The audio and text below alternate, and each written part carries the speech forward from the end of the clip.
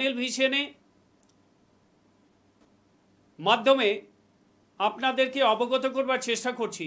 সকলকে আমার সান্ধ্যকালীন প্রীতি শুভেচ্ছা অভিনন্দন সম্মান জ্ঞাপন করে এবং ছোটদের আমার স্নেহাশিস দিয়ে আজকের অনুষ্ঠান আমি শুরু করছি। আজকের এই সান্ধ্য অনুষ্ঠানে যেটা আমি আলোচনা করব সেটা খুবই খুবই খুবই গুরুত্বপূর্ণ একটি এপিসোড। এই এপিসোডটা কেউ আপনারা এই এপিসোডটা দেখতে ভুলবেন না, বারবার দেখবেন। আমার এপিসোডগুলো এতই গুরুত্বপূর্ণ এপিসোড, এখানে কোনো ফালতু ব্যবসার কোনো কথা নেই। এখানে সম্পূর্ণ জ্যোতিষের বিশ্লেষণের উপর দিয়ে সমস্ত কথা এখানে দেয়া রয়েছে। এখানে আমি কোনো ব্যবসায়ী নই, আমি কোনো ব্যবসা করি না। হ্যাঁ, আমি আমার ভিজিট নিই, প্রয়োজনে আমি জাতককে বলতে পারি, আমি সন্তুষ্ট করতে পারি আপনি এটা করবেন। সে করলো না করলো দ্যাট ইজ তার ব্যাপার, সেটা সে করবে কি করবে না আমি তাকে কখনো জোর করব না।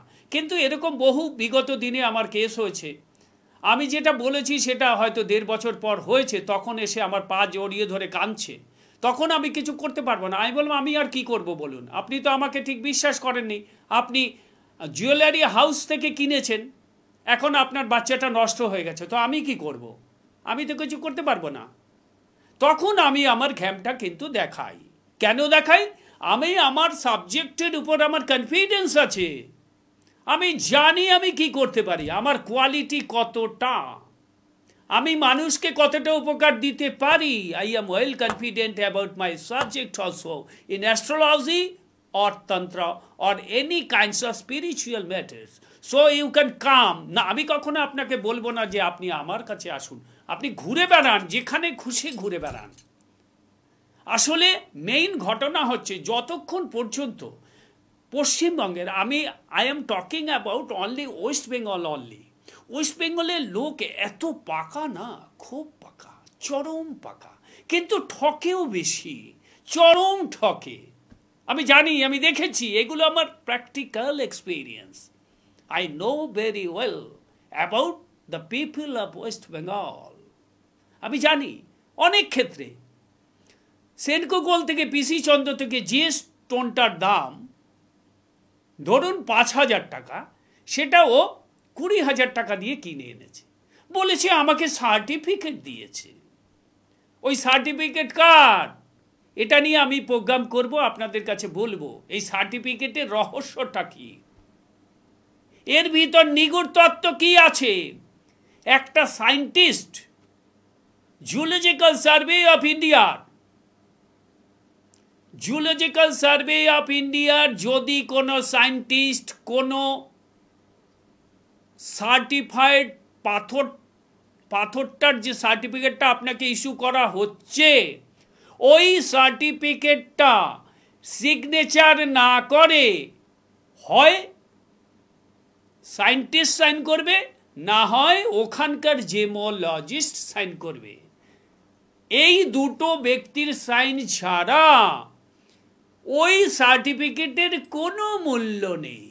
ওগুলো বাজারে কিনতে পাওয়া যায়, এখন বাজারে কিনতে পাওয়া যায়, ওটা অনলি ফর অথেন্টিকেশন। দেখবেন উপরে লেখা আছে সার্টিফিকেট অফ অথেন্টিকেশনস। অথেন্টিকেশন কথার মানে আলাদা, আর ওই জিনিসটার মধ্যে কত পার্সেন্ট, রুবির মধ্যে অ্যালুমিনিয়াম ডাইঅক্সাইড আছে Al2O3, নীলার মধ্যে Al2O3 আছে, পোকরাজের মধ্যে Al2O3 আছে। সেইটা আপনার লিখে দেবে সায়েন্টিস্ট, একটা বড় আপনাকে সার্টিফিকেট দেবে, এইরকম একটা বড় পেজ আপনাকে দেবে। কেউ আপনাদের দেয়? এগুলো বললে আমার বিরুদ্ধে লোক জুয়েলারি হাউসগুলো লেগে যাবে, আমাকে হয়তো মেরেও দিতে পারে, সেটা আমার বলার দরকার নেই। যে যা করছে করুক, আপনারা ঠকতে ঠকতে যখন আপনাদের দেয়ালে পিঠ থেকে যাবে, তখন আপনারা সঠিক লোকের সন্ধান করবেন। এটা হচ্ছে মেইন ঘটনা। আমি বলছি আমি ভাবছি এই আজকে যে প্রোগ্রামটা করব, সেই প্রোগ্রামটা হচ্ছে একটা মানুষের দাম্পত্য জীবনটা কতটা দায়িত্বশীল এবং কতটা গুরুত্বপূর্ণ, সেটা নিয়েই আমার আজকে আলোচনা। দেখবেন আমার লেটার হেডে সবসময় লেখা আছে, আমার লেটার হেডে সবসময় লেখা আছে, I am the only gemologist রত্নবিদ ইন ওয়েস্ট বেঙ্গল। এমনি রত্নবিদ আপনি অনেক পাবেন, জুয়েলারি হাউসে তাদের রাখা আছে, সেটা আলাদা জিনিস। অ্যাস্ট্রোলজি প্লাস জেমোলজিস্ট সারা পশ্চিমবঙ্গে আমি একাই, আর কেউ নেই। আমার মনে হয় না বিগত দিনে এইরকমভাবে প্যাডের উপর কেউ আপনাদের, প্যাডের উপর দেখুন, প্যাডের উপর আমি আপনাকে একটা ছক নিয়ে বিশ্লেষণ করব, এবং ছকের সাবজেক্টটা হচ্ছে কনজুগাল লাইফ। আমার মনে হয় না বিগত দিনে কোনো চ্যানেলে এখন পর্যন্ত কোনো চ্যানেলে প্যাড দেখিয়ে কেউ আলোচনা, কোনো বিষয়ে দীর্ঘ আলোচনা করেছে। তারা কি করে, তারা চ্যানেলে মুখ দেখাতে আসে, 10 বার করে আসে। মাসের মধ্যে 30 দিনে অন্তত 90 বার আসে, 90 বার এসে মুখটা দেখায়, আমার কাছে এসো, আমি কখনোই আপনাদের বলবো না আমি এই। আমার কাছে আসতে হবে না, আমার ফেসবুক পেজ ফলো করুন, তাতেই আপনাদের কাজ হয়ে যাবে। আপনাদের কোনো পয়সা খরচা হচ্ছে না তো, আপনাদের কোনো পয়সার কোনো ব্যাপার নেই, আপনাদের যেটা ভালো লাগে সেটা আপনারা করুন। তো আজকে যেটা আমি আলোচনা করব, একটি ছকে একটি ব্যক্তির জাতক কিংবা জাতিকা যারই হোক, তার কনজুগাল লাইফটা কীরকম যাবে। কনজুগাল লাইফ হচ্ছে দাম্পত্য জীবন, স্বামী স্ত্রীর মিলন, স্বামী স্ত্রীর সম্পর্ক, স্বামী স্ত্রীর বোঝাপড়া। এই যে বোঝাপড়ার যে ব্যাপারটা, সেইটা একটা ছকের মধ্য দিয়ে পরিষ্কারভাবে কিন্তু একজন অভিজ্ঞ অ্যাস্ট্রোলজার বলে দিতে পারেন। এটা তার হচ্ছে ক্যারিশমা, আমি তো বলবো তার ক্যারিশমা। সে শিখেছে, সেটা সে জানে ওই ছকের মধ্যে কি এমন জিনিস গুরুত্ব লুকিয়ে আছে যে এই ব্যক্তির স্ত্রী এত বছর বয়সে মারা যাবে, এই ব্যক্তির স্ত্রী এই রোগে অ্যাটাক্ট হবে, এই ব্যক্তি এই তারিখে মারা যাবে। জ্যোতিষে তারিখ বলে দেওয়া যায়, জানেন। আপনারা হয়তো ভাবতে পারেন ভুল কথা বলছি, কিন্তু না। আমার গুরু হচ্ছে শ্রী জৈমিনী। আমার অনেক গুরু আছেন, তো আমার শ্রী জৈমিনী হচ্ছে আমার জীবনে প্রথম গুরু। উনি নিজেকে হিউম্যান কম্পিউটার বলতেন। উনি সারা পশ্চিমবঙ্গের জ্যোতিষীদের চ্যালেঞ্জ দিয়ে প্রেডিকশন করতেন। আমাকে বলছি, শিখবি যখন সেরকম শিখবি, না হলে শিখবি না। এখানে সম্মান পাবি, সব পাবি, কিন্তু শিখতে হবে তোকে। এটা কিন্তু খুব গভীর সাধনা। যদি লোভে পড়ে যাও, শেষ হয়ে যাবে, টিকবে না, মার্কেটে আউট হয়ে যাবে। আর এখন তো তাই হচ্ছে। ওনার কথাটা অক্ষরে অক্ষরে মিলে গেছে। উনি ওনার ছেলের হরোস্কোপ লিখে বলে দিয়েছিল, এই তারিখে রেলে কাটা পড়বে আমার ছেলে। অ্যাস্ট্রোলজার, এই হচ্ছে অ্যাস্ট্রোলজি। আর এখন অ্যাস্ট্রোলজি মানে তামার কতগুলো কবচ, ওর মধ্যে বালি আর কতগুলো বেলপাতা ঢুকিয়ে বলে হচ্ছে 30,000 টাকা দেন। ছকের কোনো বালাই নেই, ছকের কোনো বিচার নেই। আপনি জানতে চান একটা ছক, যে আমার ছেলে কোন লাইন নিয়ে পড়বে, আমার ছেলের এডুকেশন কোন লাইনে দেব, আমার বৌমার বাচ্চা হবে, প্রথম সন্তান কি হবে, কনসিভ হতে গিয়ে কোনো রকম সমস্যার মধ্যে পড়বে কিনা, একটা উত্তর দিতে পারবে না। পারবে না বলা কথাটা আমার ভুল হবে। পশ্চিমবঙ্গে আরও লোক আছেন, ভালো লোক আছেন এখনো প্রচুর, তারা জানেন, করেন। কম সংখ্যায় হাতে গুনে পাওয়া যায়, 10-12 জন। আর সব ব্যবসায়ী, টোটাল ব্যবসার উপর চলছে, আর আপনারা সেখানে ছুটে বেড়াচ্ছেন। আর তারপর আমাকে এসে বলছেন, আমার মতো ফলনা জ্যোতিষীর কাছে, ভালো জ্যোতিষীর কাছে গিয়ে বলছেন, আমার কাছ থেকে এই নিয়েছে, আমার কাছ থেকে ওই নিয়েছে, কোনো কাজ হয়নি। আপনি সাবজেক্টের বদনাম করছেন। No, I am going to my subject, what I tell today, right now. আমি যেটা বলবো সেটা হচ্ছে, একটা জাতকের জন্ম তারিখ হচ্ছে এই একই জন্ম তারিখ, 28/1/1974, 8:59 তার জন্ম হয়েছে কলকাতায়। তার জন্মদিন ছিল মানডে। এইবার এই ছকটা আমি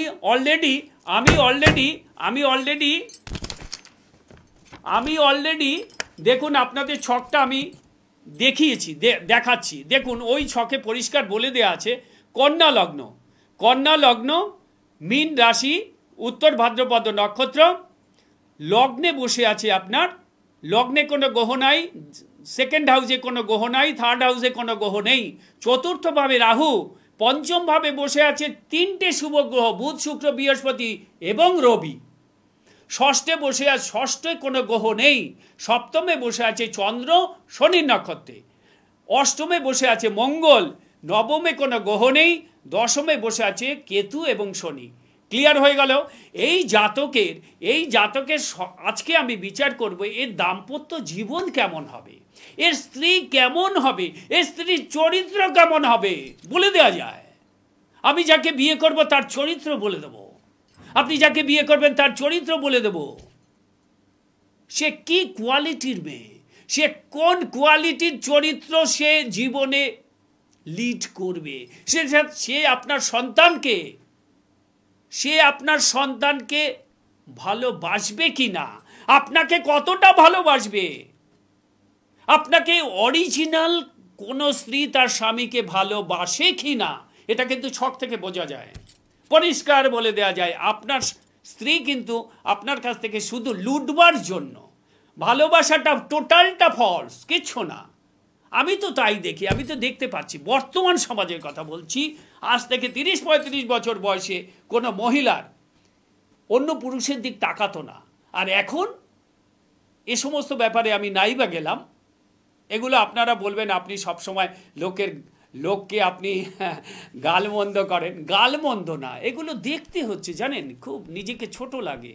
স্বামী স্ত্রী বাচ্চা আছে, অন্য পুরুষের সাথে বলছে আমাকে ওকে এনে দেবেন, ওর সাথে আমার খুব ভালো সম্পর্ক ছিল কিন্তু বেশ কিছুদিন হয় কেটে গেছে, ওকে এনে দেন। আমি বললাম আপনি বেরিয়ে যান, আমি এই সমস্ত কেস করি না, বেরিয়ে যান আপনি, আপনার লজ্জা করে না? হ্যাঁ, ঘরে স্বামী বাচ্চা থাকতে আপনি অন্য পুরুষের সাথে আপনি সম্পর্ক তৈরি করতে চাইছেন, কি নোংরা হয়ে গেছে। ঠিক তাই পুরুষের ক্ষেত্রেও তাই। আমি ওই ওই ওই ওই বৌদির সাথে না আমার অনেক ভালো সম্পর্ক কিন্তু কেটে গেছে, আমি বলে বেরিয়ে যাও তুমি, এগুলো আমি করি না। এটাই আজকে পশ্চিমবঙ্গে চলছে। কিছু চিটিংবাজ বলছি আমি তাদের, কিছু চিটিংবাজ বশীকরণের নাম করে 1 ঘন্টায় বশীকরণ করবার নাম করে এইগুলো করে বেড়াচ্ছে। এটা তো কোনোদিন হয় না, হতে পারে না, একদম ডাহা মিথ্যা কথা একেবারে, কোনোদিন। আর সেই বশীকরণ করবার লোক কোথায়? পশ্চিমবঙ্গে বশীকরণ জানে হাতে গুনে 5-6 জন, হাতে গুনে 5-6 জন, তারা খুব একটা প্রচারের আলোয় আসবে না, প্রচারের আলোয় দরকার নেই তাদের। কিন্তু আজকে দেশটা শেষ হয়ে যাচ্ছে বলে কিছু মহাত্মার আসা উচিত আমি মনে করি, সেই কারণেই আমার প্রোগ্রামটা করা। যাই হোক, আজকে যেটা আমি বলতে চলেছি সেটা হচ্ছে এই জাতকের জন্ম এই তারিখে, এইবার এই জাতকের দাম্পত্য জীবন কেমন হবে। প্রথম কথা দেখুন, দাম্পত্য জীবন বিচার করতে, বৈবাহিক জীবন বিচার করতে হলে সবার ফার্স্ট দেখতে হবে চতুর্থ ভাব। It is very important. চতুর্থ ভাব মানে হচ্ছে শ্বশুর কুল, সামাজিক অবস্থা। মেয়েটি যেখানে বিবাহ করছে তার পজিশনটা দেখতে হবে, তার পারিপার্শ্বিক অবস্থা দেখতে হবে। যে ছেলেটিকে বিবাহ করছে তার স্ট্যাটাস দেখতে হবে, সেটা চতুর্থ ভাব। এবং চতুর্থ ভাবের উপর ডিপেন্ড করছে আপনার সম্পর্ক কিরকম থাকবে। তারপর হচ্ছে সপ্তম ভাব। ফার্স্ট হচ্ছে চতুর্থ ভাব, সেকেন্ড হচ্ছে সপ্তম ভাব, তারপর নবম ভাব। সেই সম্পর্কটা আপনার ভাগ্যক্ষেত্রে কি আপনাকে উপকার করতে পারে, আপনাদের কি জীবনটা দীর্ঘস্থায়ী হতে পারে, নাকি সে বউ অন্য পুরুষের সাথে অন্য পুরুষের কথা বলতে পারে, বা অন্য কোনো স্বামী অন্য নারীর কথা বলতে পারে, সেটা কিন্তু ওই ছক থেকে পরিষ্কার বলে দেওয়া যাবে। এবং একাদশ ভাব, দ্বাদশ ভাব হচ্ছে শয্যাসুখ, সপ্তম ভাব হচ্ছে বৈবাহিক সামাজিক জীবন, পার্টনার। আপনার লাইফ পার্টনারটা কেমন হবে,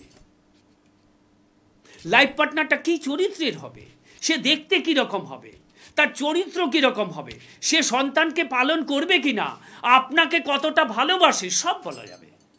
এবার আমি যেটা আলোচনা করছি সেটা হচ্ছে আজকে এই ছকে চন্দ্র কিন্তু শুক্লপক্ষের পঞ্চমীর চন্দ্র, এই শুক্লপক্ষের পঞ্চমীর চন্দ্র কিন্তু ভালো নয়, মানে অশুভ। এখানে চন্দ্র হচ্ছে ক্ষীণ, দুর্বল, অক্ষম। চন্দ্র এখানে কোনো রকম শুভ ফল দিতে পারেন না, দেবে না। এবং সে কোথায় রয়েছে? চন্দ্র শনির নক্ষত্রে বসে আছে, মানে এখানে একটা অশুভ আতাত তৈরি হলো চন্দ্রের সাথে শনির। চন্দ্রের সাথে যদি কোনো অশুভ গ্রহের আতাত হয়, সেই জায়গাটাকে নষ্ট করে দেবে। কোথায় বসে আছে? সপ্তমে। কার ঘরে বসে আছে? বৃহস্পতির ঘরে। চন্দ্র বৃহস্পতির সম্পর্ক ভালো নয়। অনেকেই বলবে চন্দ্র বৃহস্পতির শুভ গ্রহ, কিন্তু চন্দ্র বৃহস্পতির শুভ নয়, কারণ বৃহস্পতির স্ত্রী তারার সাথে চন্দ্রের সঙ্গম হয়েছিল, তার অবৈধ সন্তান হচ্ছে বুধ। তো সেই কারণে চন্দ্র বৃহস্পতি যদিও বা উচ্চ শ্রেণীর জীবযোগ, কিন্তু চন্দ্র বৃহস্পতি বিবাহের ক্ষেত্রে কিন্তু অবৈধ সম্পর্কে লিপ্ত হবে। যার ছকটা দেখা হবে তার অপোজিট। তো এই ক্ষেত্রে এই জাতকের যেটা হচ্ছে, দাম্পত্য জীবনে সবচেয়ে কিন্তু সুখী হবে না, কারণ সপ্তমে চন্দ্র সুখী হয় না, ম্যাক্সিমাম ক্ষেত্রেই সুখী হয় না। জাতকের চন্দ্র যদি সপ্তমে থাকে, ইন জেনারেলি সাধারণ জ্যোতিষ তারা বলবে খুব ভালো সম্পর্ক। না, চন্দ্র সপ্তমে ভালো নয়। চন্দ্রের বলাবল বিচার করতে হবে, চন্দ্র অশুভ না শুভ।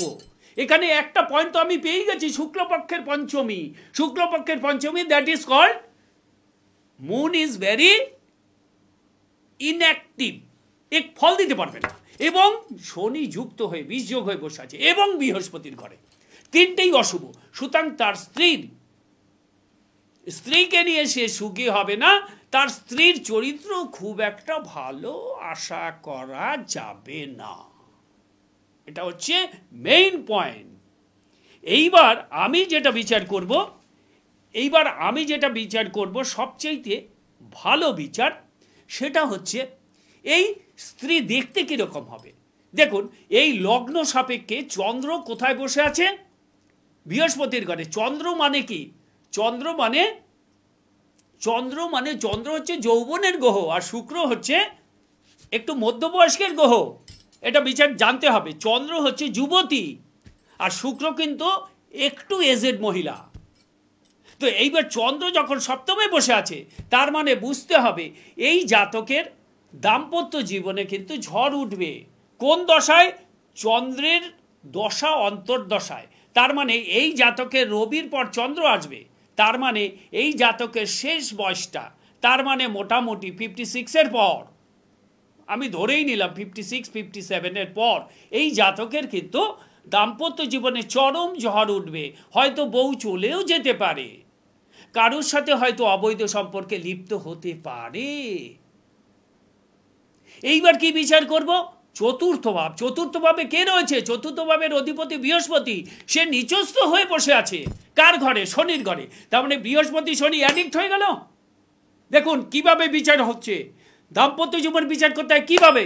এইবার আমি চতুর্থ ভাব বিচার করলাম, চতুর্থ ভাবে রাহু অবস্থান করছে। তার মানে চতুর্থ ভাবে যখনই রাহু অবস্থান করবে, চতুর্থ পতি কোথায়?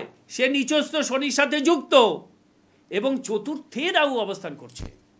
তার শ্বশুর কুলের পজিশন ভালো হবে না। চতুর্থ ভাবে রাহু বৃহস্পতি, তার মানে হচ্ছে, দেখুন কত সুন্দর ছক, যদি কেউ জানে তার জীবনে সব কিছু সঠিকভাবে বলা যায়। চতুর্থ ভাবে রাহু, তার মানে এর যে শ্বশুরকুল হবে, এর শ্বশুরকুলের হয় দেওর, না হয় পুরুষের শত্রু হবে।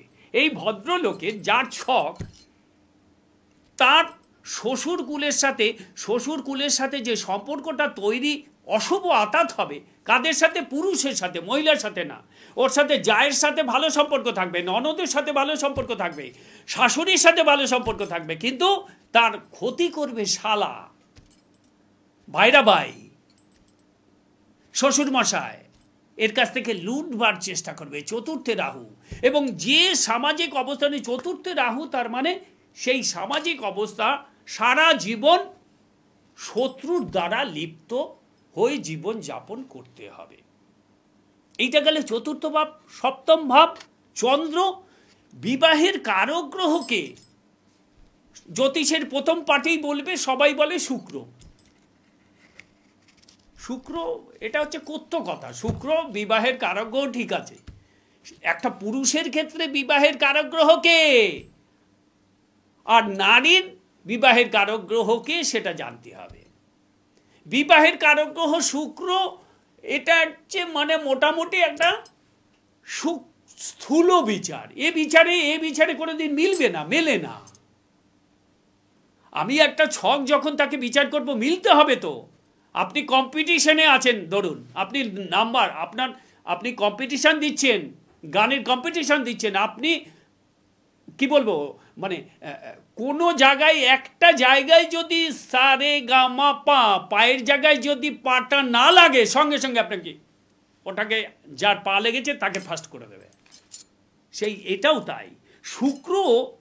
শুক্র বিবাহের কারক গ্রহ, অস্বীকার করার উপায় নেই, কিন্তু জাতক জাতিকার ক্ষেত্রে লগ্ন সাপেক্ষে সেটা আলাদা বিচার হবে। এই হচ্ছে আজকের বিচার। দেখুন, জ্যোতিষ দ্বারা সমস্ত বিচার করা যায়, সেই জন্য আপনাকে পড়াশোনা করতে হবে, আপনাকে অধ্যাবসায় করতে হবে, আপনাকে লেগে থাকতে হবে সাবজেক্টের সাথে, এবং অধ্যাত্মবাদের সাথে আপনাকে ইউ টাচড উইথ স্পিরিচুয়াল। সব সময় বেদ পড়তে হবে, পুরাণ পড়তে হবে, বিভিন্ন বই পড়তে হবে, এবং অ্যাস্ট্রোলজির বই মানেই কিন্তু ইংলিশ। অ্যাস্ট্রোলজির বই আমি সবসময় আপনাদের বলি, অ্যাস্ট্রোলজির বই মানেই হচ্ছে কিন্তু ইংলিশে পড়াশোনা করতে হবে। ইংলিশে পড়াশোনা না করলে আপনি ভালো জিস্ট খুঁজে পাবেন না। ওই নর্মাল যে বইগুলো, আমি একটা কথা বলে আমি শেষ করছি। আজকে আমি দেখছি এখানে কেপি অ্যাস্ট্রোলজারের অধ্যক্ষ, প্রিন্সিপাল সব কিছু বলছে, কিন্তু বিচারটা গিয়ে করবার সময় কি করছে? সনাতন করছে। কেন ভাই সনাতন কেন? তুমি প্রিন্সিপাল, তুমি অধ্যক্ষ, তো তুমি সনাতন নিয়ে কেন বিচার করছো? আজকাল আবার পুজোতে মন্ত্রও বলছো, ওং উচ্চারণ জানো না। ওং উচ্চারণ না, ওম। ওং উচ্চারণ না, ওম। ইয়াদ যদ না, সব ভুল। এইভাবে হয় নাকি? শিখতে হয়। জায়গা পেয়ে গেছো, তোমার যদি এতই ক্ষমতা থাকে, তুমি যদি এতই বড় হও, তোমার ডিভোর্স কেন হলো? তোমাকে পুলিশ কেন উত্তরবঙ্গ থেকে তুলে নিয়ে এলো? বলো, উত্তর দাও, জবাব দাও। পারবে না, কারণ তোমার কাছে কোনো রেমেডি নেই। You do not have any option. শুধু লোককে বুঝিয়ে, ভুল বুঝিয়ে, দেখিয়ে, লোককে ঠকিয়ে এই জায়গায় তুমি আজকে এসছো। বলা বক্তব্য শেষ। আপনারা আমার কথায় কেউ অফেন্ডেড হবে না, এটা কিন্তু চিরন্তন সত্য। আমি যে কথাগুলো বলি, সনাতন ধর্ম হচ্ছে চিরন্তন সত্য। সনাতন ধর্মের কোনো প্রবর্তক নেই। প্রতিটি ধর্মের প্রবর্তক আছে, কিন্তু কোনো প্রবর্তক সনাতন ধর্মের নেই। সনাতন হচ্ছে সত্য শাশ্বত বাণী। এই সনাতনকে কেন্দ্র করেই সব। তুমি যতই কেপি করো, যতই তুমি অন্য মেথড ইউজ করো, সনাতনে তোমাকে ফিরে আসতেই হবে। সুতরাং সনাতন এমনই একটি জিনিস, শাশ্বত, সত্যি, এর উপর সব কিছু দাঁড়িয়ে আছে। ভালো থাকবেন, আনন্দে থাকবেন। কোনো সমস্যা হলে আমাকে কমেন্টসে জানাবেন, আমাকে বলবেন যে আমি এই জায়গাটা বুঝতে পারছি না। আমার ফেসবুক পেজ আপনারা ফলো করুন, আমার ফেসবুক পেজ আপনারা ফলো করে আমার অনুষ্ঠান আপনারা দেখুন। আমার কাছে আসতে হবে না, আমার কাছে আসার দরকার নাই, নমস্কার, ভালো থাকুন। জয় জয়তারা। ওং রিম দুর্গে রাক্ষণী স্বাহা। ওম রিম দুর্গে রাক্ষণী স্বাহা। ওম রিম দুর্গে রাক্ষণী স্বাহা।